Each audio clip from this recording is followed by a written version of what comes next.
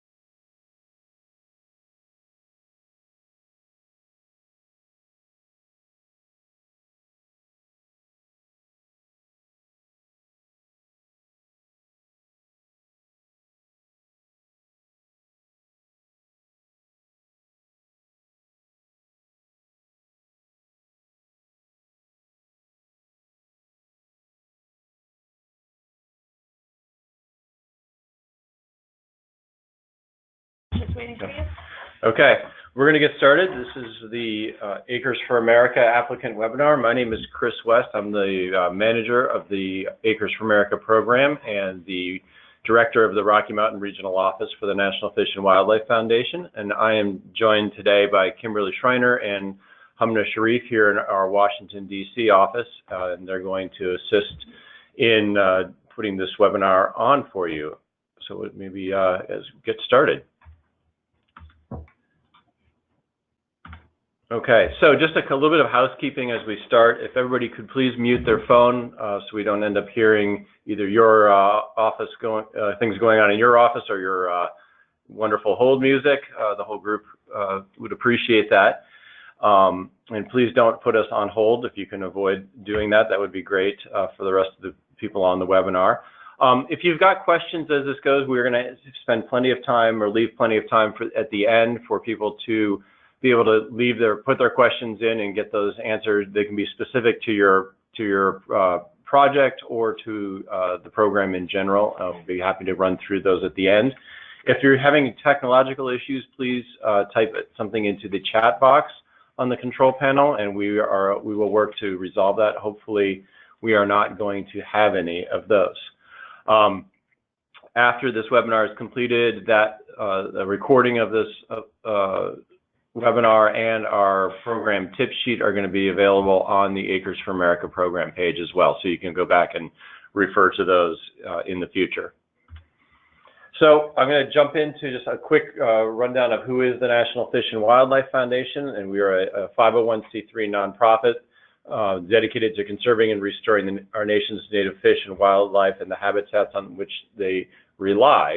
We were chartered by Congress in 1984 and have a 30-member board appointed by the Secretary of the Interior, which also includes the Director of the U.S. Fish and Wildlife Service and the Administrator of the National Oceanic and Atmospheric Administration.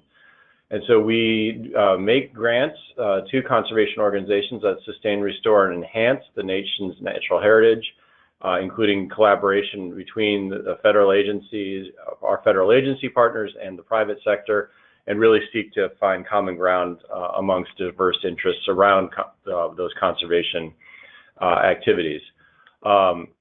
Maybe actually hit to the next slide here really quick. The way we do this is by combining federal and non-federal resources, and in this case, the Acres for America project has a strong corporate tie as well, which I'll get into in a second, but really bringing those private and public resources together into the foundation and making grants that are directly applicable to on-the-ground conservation of species and their habitats, also grants that address water quality and scarcity and involve and expand people's ability to become involved in conservation activities around the country. So, as I mentioned, the Acres for America program is a partnership between the National Fish and Wildlife Foundation and Walmart, and this program was launched back 14 years ago in 2005 and renewed, and we're on our second annual renewal with Walmart that started in 2015. So this is the 14th year of the program that we're launching as we speak. The goals of the program have not changed in the last since 2005 and continue to be focused on the conservation of critical habitat for birds, fish, plants, and wildlife, and I can get into some additional detail on that in a minute. Also seeking to connect existing protected lands and unify wild places, including annual migration routes for wildlife species. There are also goals of the program to provide additional access for people to get out and enjoy the outdoors and ensure the future of local economies. So we are very interested in working on projects that have forestry, ranching, recreation, and wildlife aspects to them as well. So when we started the program in 2005, the goal was to protect 100,000 acres of land to offset Walmart's domestic development footprint. We have far surpassed that goal, and as of 2018, the program has assisted in the conservation of more than 1.4 million acres. We have done that through 88 projects in 38 different states, as well as the District of Columbia and Puerto Rico, and invested in about $48.3 million of Walmart money with an exceptional amount of leverage from local communities, federal funding sources, and other matching contributions, which has really made an enormous conservation impact over the years. So I did mention that we have these projects in all spread across the country. You see the map here where those projects are located, and it's probably good to point out that we do have an interest in seeing a Acres for America project in every state in the country by the time we reach our 20th anniversary in 2024. So we are excited to be continuing to both invest in places in states where we have made past investments. We're going to find the best projects, but we're also keeping an eye out for investments and projects that are in states that have yet to have a Acres for America happen there. So we are continuing to look all over the country and keep to fill in more dots in this map. This is a very busy slide, so I apologize. And if you are a past recipient and you aren't on here, please make sure we've got your logo so we can add you into the future ones. Really, the point of this is that we have partnered with an enormous number of groups through the Acres program, both as direct grantees and as co-funders of the program and the projects funded through the program. And it just continues here with a variety of state, local, federal, private foundations that are represented as partners in the various different Acres for America projects across the country. So getting into this should be 2019 actually, now that I look at this. We have, we're still stuck in 2018 apparently. So this should read for 2019, we have 3.6 million, and that is actually an important number. We do have a little bit more funding than we have had in previous years available this year to grant out across the country. We do still anticipate making between 6 and 8 grants through the program, and we have a number of different criteria that I'm going to run through here in a second. And one point is all of the wildlife that are featured in the next sets of slides are all species that benefited directly from the conservation efforts that happened in our 2018 grant round, which will highlight a couple of those projects as well. So the criteria, and these need not be all represented in each project, but these are criteria that are at least one, and most projects will have more than one of these criteria met. But to protect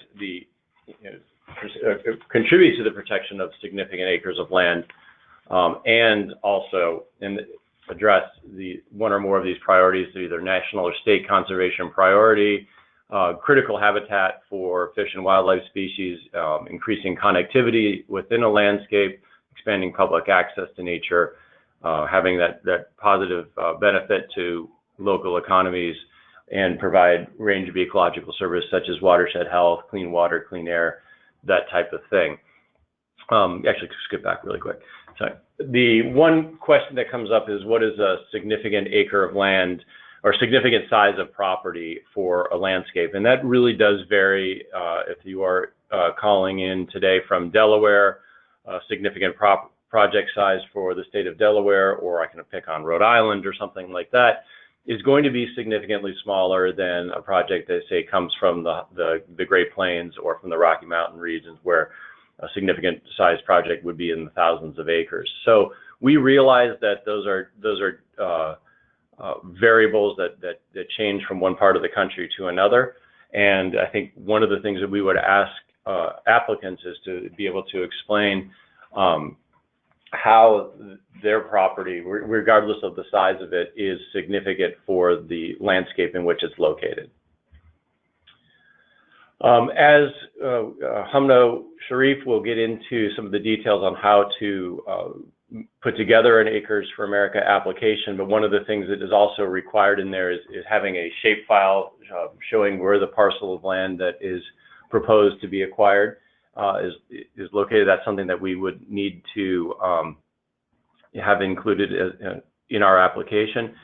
We also would like an explanation if it's a project where the entity applying for the grant won't be the long-term owner, that the final disposition, so if this is a property that's going to be acquired by a land trust and then transferred to a municipality, for example, as a public park, we would like to understand how the final disposition of the land is going to look, so we get a better picture of the entire, just how the whole project is going to come together and how it will be managed long term. The projects through Acres for America are both fee title acquisitions and conservation easements. Over the years, we have funded about an equal number of fee acquisitions and conservation easements. So it's been nearly 50-50 mix between the two. And we do have additional guidance related to for applicants who are involving in acquisition of interest in real estate property, and happy to have those. Those are listed on the website, and we're happy to provide those to anyone who's interested in applying to the Acres for America program.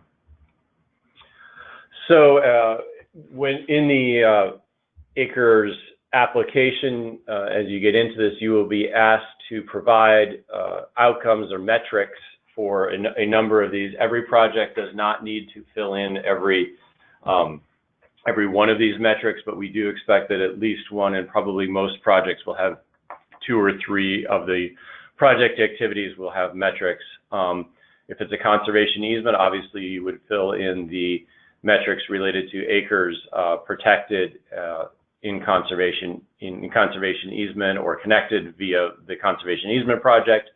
If you have a land acquisition program, the same 3 questions apply, but please fill in the appropriate conservation easement and land acquisition components. We do occasionally see projects that have both an acquisition and an easement component to them, and so if that's the case, please make sure that that's clear in your project narrative. And then if that is the case, that we would see both the easement and the acquisition components filled in here. It can be really a little tricky to make sure that we don't end up double counting acres when we have projects like that. So if you have any questions, and these are things that can be also addressed in during the application stage. So we're always happy to help answer questions on making sure that we get these metrics recorded correctly. Then we do have metrics for economic benefits. If there are jobs that are created or sustained that are directly tied to the acquisition, those are good to know. And then obviously the public access acreage is another one that can be applicable to both land acquisitions and conservation easements, depending on the project. Yeah, one other thing here that's really important to know, as part of this metrics, we are trying to actively track the number of acres of 3 specific categories of land: wetland, timberland, and acres available for livestock grazing or being utilized for livestock grazing. So those are separate metrics that we want to capture in there, and we actually look to have those captured in the notes section of the metrics. And so I think Hamna will point out again where those are when we get to how to fill out your Easy Grants application. But we're very interested in being able to track not only the overall acres, but the acres of specifically for wetlands, timberlands, and grazing lands. So the Acres for America does have a match requirement of a 1-to-1 cash or in-kind match. I think that's a floor. I think we have typically seen match in the neighborhood of 5-to-1 to 10-to-1 on average. The second bullet here, in terms of federal funds, all of the funding available in the Acres for America program is private funding from Walmart. And so federal funds not only may be considered as match, but are actually really preferred as match. These are exceptionally, when you're looking at matching federal funds, the Acres for America funding is very flexible, and repeatedly we've seen successful applicants using Walmart funding through this program as match for additional federal funding. Those who are eligible: nonprofits, state, local, municipal governments, tribal, Indian tribes, and educational institutions. If there are requirements for holding conservation easements in your specific state, we would expect that any applicant would be meeting those state requirements as well. Any conservation easement that is going to be funded through the program must meet the conservation purposes test under the IRS code. And as part of the due diligence before funding can be made on a grant, that we would require the documentation of the transaction, including appraisals, title reports, surveys, mineral rights assessments, and others as needed per each transaction. And we realize that every transaction is different, and we often work with successful grantees to make sure that there's a clear list of what those required documents are upfront, or as close to upfront as we can. Talking a little bit about the process here, obviously this is an introduction to the program, and today we may get some specific questions about your project. I'm sure there are people listening in who don't want to share all of the questions they may have about their specific project with the whole group today. And for that reason and others, we also really very strongly encourage you to contact the regional office lead on the request for proposals. There are 5 National Fish and Wildlife Foundation regions, which are a big part of the review process and the prioritization of our activities around the country, and those are all involved in the review process for Acres for America. So we really encourage you strongly to connect with those regional leads, even if it's simply an email exchange back and forth, that we would very much appreciate that connection to make sure that applications or pre-proposals are in line with the program and in line with the activities of the foundation. Acres for America is a 2-stage process. We have really worked to try to make this as easy as possible for as many as possible. This program is routinely oversubscribed, meaning we get far more requests than we are able to fund, and we get far more requests of very high quality proposals than we're able to fund, which is somewhat disappointing. But we do try to winnow that list down with the pre-proposal to the full proposal stage. So the pre-proposal is trying to be a very simple, giving you an opportunity for a 2-page narrative to describe the project and provide maps that show where the project is located and the values that you are looking to secure as part of the project in the pre-proposal. Those are then reviewed. The deadline for those is April 17th of 2019. We will review those pre-proposals here and then invite a subset of those pre-proposals to full proposals in May 2019. We will then have those full proposals due in June, and some of the full proposals at that point is when we, if necessary, will conduct site visits to the properties in the applications, probably during the second half of the summer of 2019 or into September. And then finally, funding decisions will be made by the NIFWIF Board of Directors in early November 2019.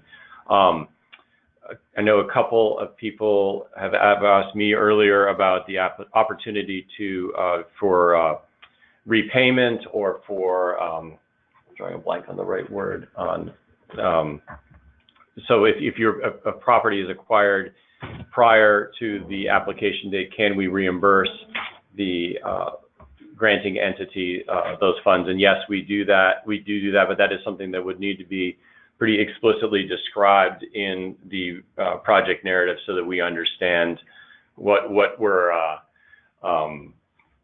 how the project is funded currently, how that project funding is structured, and why a reimbursement would be a necessary avenue to pursue during the grant process. So I'm going to quickly go through. This is 4 examples of projects that were successfully funded in the 2018 grant round.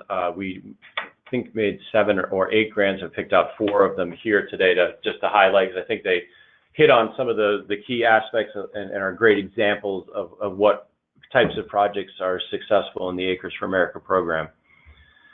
So starting in the far north, in our first project that we have funded in Alaska, and this is an expansion of a place called Kramer's Field right in the city of Fairbanks, Alaska, and did really want to highlight 2 things about this project. One is that this is a key wildlife area and a place where people in one of Alaska's larger communities have the opportunity to interact with species like moose and sandhill crane on a daily basis. And this is also a place where there's an annual festival surrounding the sandhill migration back and forth to Alaska and back to the lower 48 in the beginning of summer and then the end of the summer. So this is a project that was an acquisition. It was in close coordination with the state of Alaska, and also utilized a number of federal sources as match. So I think this was a great example of a project that had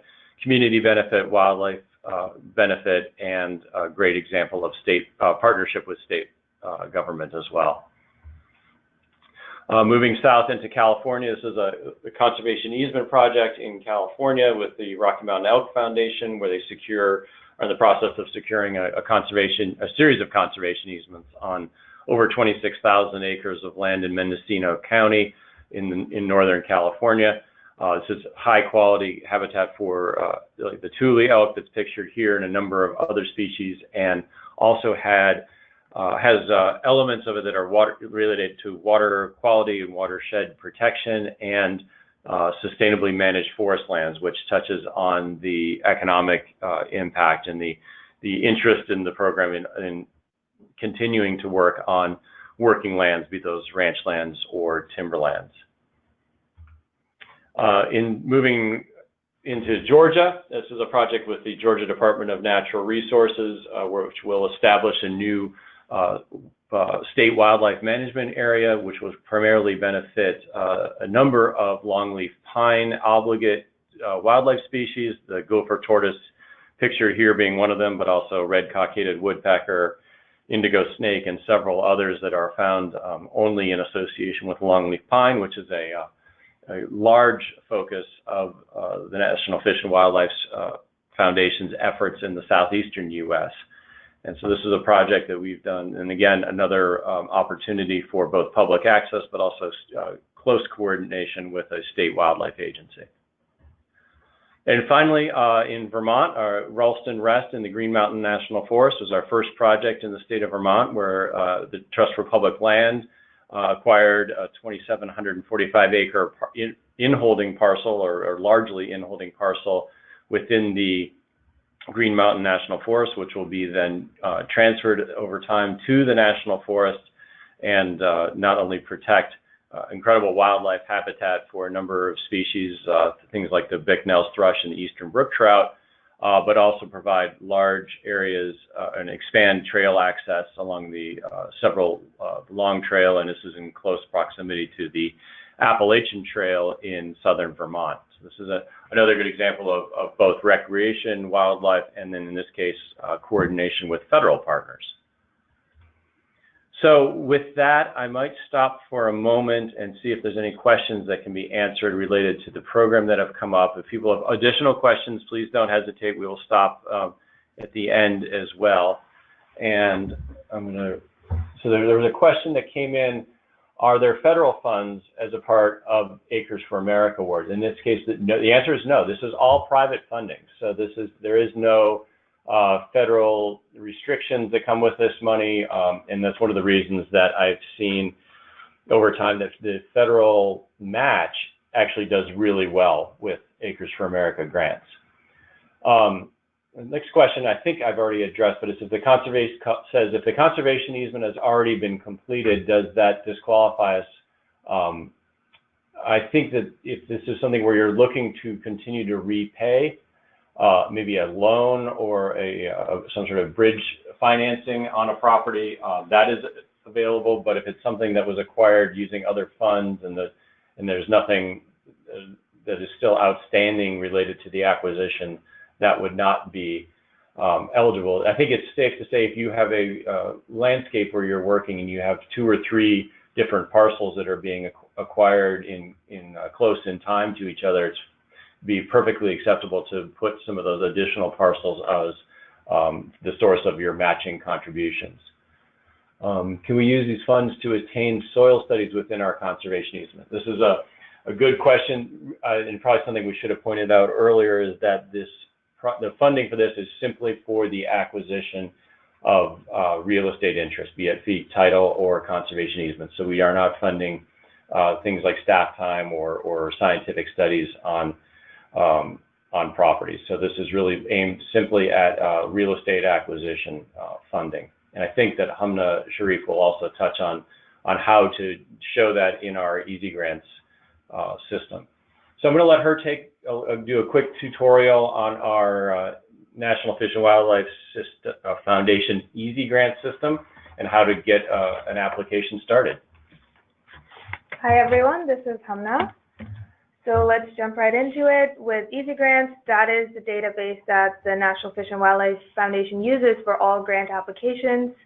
So if you have used this system before, you can just log in with your existing email and password. If you have not, we have a link here for you to register. Once you're in Easy Grants, you will just click on the Apply for Funding button, which should show up on your home page, and then select Acres for America as the funding opportunity. Then you will be prompted to complete a simple eligibility quiz. It's only 3 questions. Once completed, you will get the pre-proposal task on your home page. Sorry, I jumped ahead there. You would just click on the pre-proposal task, which takes you to the task homepage, and it shows you all the different sections which need to be completed within the task. You will notice red crosses next to each of the sections that needs to be completed. The green check mark is a little misleading, but we still need that completed. So I would recommend going through each section and completing it to the best of your ability with as much information as you have available at the time.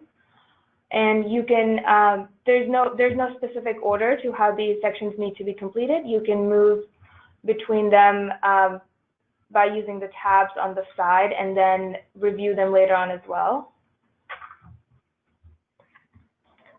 So going into the upload section, you will need to download the pre-proposal narrative template. you would just click on the link and download the template, which will then open as a Word doc on your computer. And this is where you will provide us with information about the project that you would like to submit. Once completed, the narrative needs to be uploaded back into the task, and that section is available right below the Uploads Checklist section.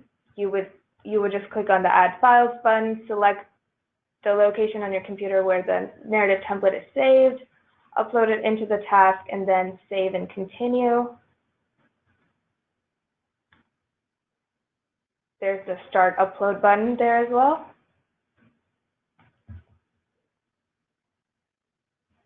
A similar process is followed when you upload the project sitemap.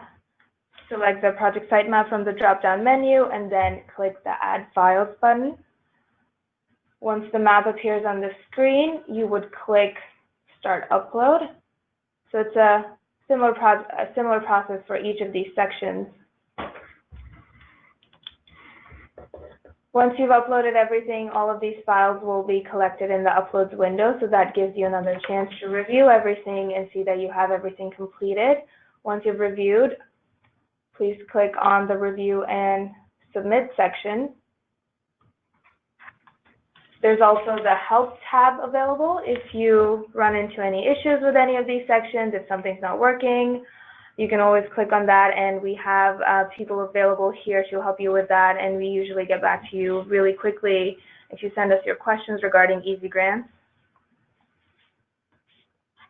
Once you've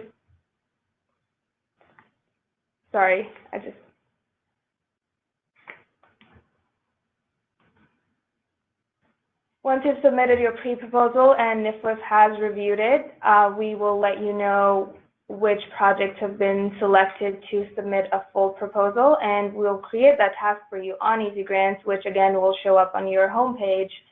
The process for submitting the full proposal is similar to the pre-proposal, but this one has some more sections that you need to complete.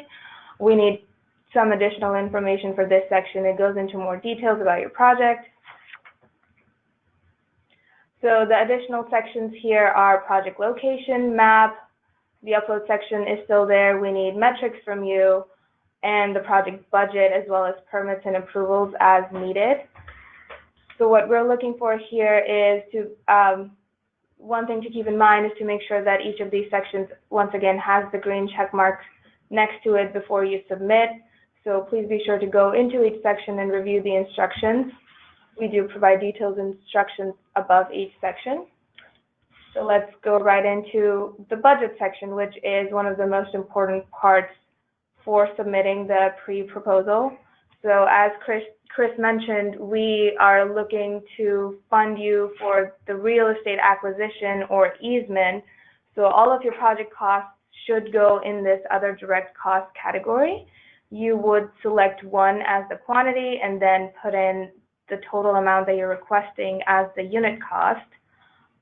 Please also add a budget note, which is the little notepad icon next to the line item. And this doesn't need to be very long. We're only looking for a few, even one sentence explaining what the line item is for and how it ties in with the project. So something like funding to acquire a specific piece of land should suffice. Once you've reviewed the budget, please click Save and Close, and then Continue. We have an Acres for America tip sheet here, which I will pass back to Chris, and we'll go into some more detail for that. Great. Maybe I'll take a moment to stop there and see if anybody has any questions about Easy Grants. We try very hard to make it easy, but we realize that this, with any kind of application process, may be a bit foreign. Okay, maybe a bit foreign to new applicants in particular. So we do have this, the tip sheet, and as Humna mentioned, we also have a help desk to make sure that you have every opportunity to get your application in as clearly and as easily as possible. I did want to run through just a couple of additional things to talk about as you put together your application. And these are in a bunch of different related points here, but we'll say one of the questions, and I think it's a bit tongue-in-cheek, but also really important to say that the proximity to a Walmart store is not considered in the review process. We routinely get the question about a project that may be X miles or across the street from a Walmart store, and that is something that we really need to be clear is not a part of our review process. We're really looking for the best conservation real estate projects, regardless of their location. Getting back to Easy Grants, if you have not been involved in the Easy Grants, or if your organization may have had staff turnover since you last were involved in the National Fish and Wildlife Foundation application, please get in and look at your Easy Grants account, today, tomorrow, pretty much any time before the last day before the application is due would be a good time to start working on this. We are, as Hamna mentioned, here and ready to help. It's a lot easier to help people when it's not a couple of hours before the application deadline. So please, if you're interested in this, and just make sure that your Easy Grant account is functioning, up to date, and has all the correct contact information. Easy Grants can be a little funny sometimes with pop-up blockers and others, so please make sure that those are turned off when you jump into Easy Grants. Getting into the project details, for the pre-proposal stage, we don't require letters of support and a lot of documentation related to the how a single project fits with a larger maybe landscape or regional or state plan for conservation, but that is going to be required in the full proposal. So projects that have that support or have been discussed more widely than outside of your organization will do better, and is going to be a key component of a full proposal. Another couple of things, just in looking at the narratives as well. We do have there's a requested amount in the pre-proposal stage, but there is not really a place for you to put how many the metrics for the acres of conservation easement or acres of fee title acquisition is only in the full proposal. So one of the things that's really important in that project narrative for the pre-proposal is to please say how many acres are looking to be acquired through what mechanism, and then also even if it's a sentence or two about explaining the overall project value and where you expect your matching funds to come from, and the amount of matching funds that you're expecting to raise. We are not going to hold you to those numbers to the dollar from the pre-proposal to the full proposal, but it's oftentimes very difficult to evaluate a pre-proposal if we don't know the overall project value or the size of the project. So it may seem like a very simple thing to include, but the system will not prompt you to do anything other than upload your requested amount. So that other information is really important to put in your proposal narrative. As I mentioned earlier, please feel free to contact the regional office staff and really encourage you to do that and talk about what other priorities are in the area. You may find that there are other NIFWF conservation grant opportunities that may be a better fit for your project, and you will get to have that opportunity by discussing your project with our regional staff. We only accept proposals through Easy Grants, so like as Hamna mentioned, this is a little bit of a process and get started early. And then we mentioned the timeline about project review and invitation to full proposals with funding decisions in the fall of 2019. So that is the kind of the extent of our presentation today. We will stay here and be available for questions. As I mentioned, individual project questions, I'm always happy to field them. Kimberly Schreiner, who's also here running the webinar today, takes on a lot of these on email as well. And so we are happy to explore any possibilities with you going forward. So there are a couple of questions have come in, and I'm happy to answer these until there are no more. There's a question that says, mention a mineral rights assessment. Are severed minerals on a tract to be purchased an absolute deal killer, or is it possible for Acres for America to fund the acquisition of tracts with severed minerals? This is a great question, and we realize that real estate interests around the country vary greatly from place to place. I know a lot of places, I'm from Colorado, so I know that a lot of properties simply don't have mineral rights associated with them anymore. They've been either reserved or severed. So it's not it is not a deal killer, but it is something that if there are severed minerals, that we would expect an applicant to, first of all, disclose that, and also explain how they believe that is not going to be something that's going to compromise the conservation value of a property. Okay, and I'm going to let Hamna do the next question here, which reads, in a pre-proposal budget, are transaction costs considered direct or indirect?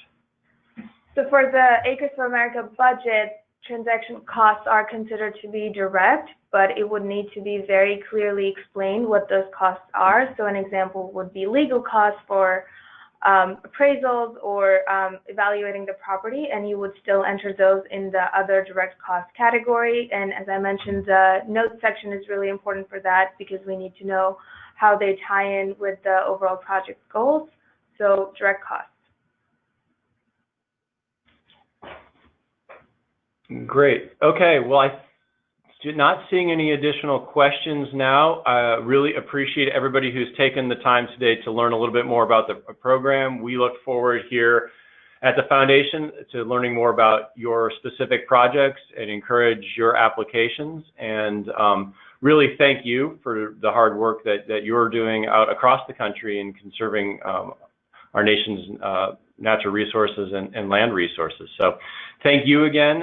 Feel free to contact myself or Kimberly with any questions. Our emails are listed here, and the request for proposals also has the listing of our regional staff who can answer more specific questions. Once again, thank you and have a great day.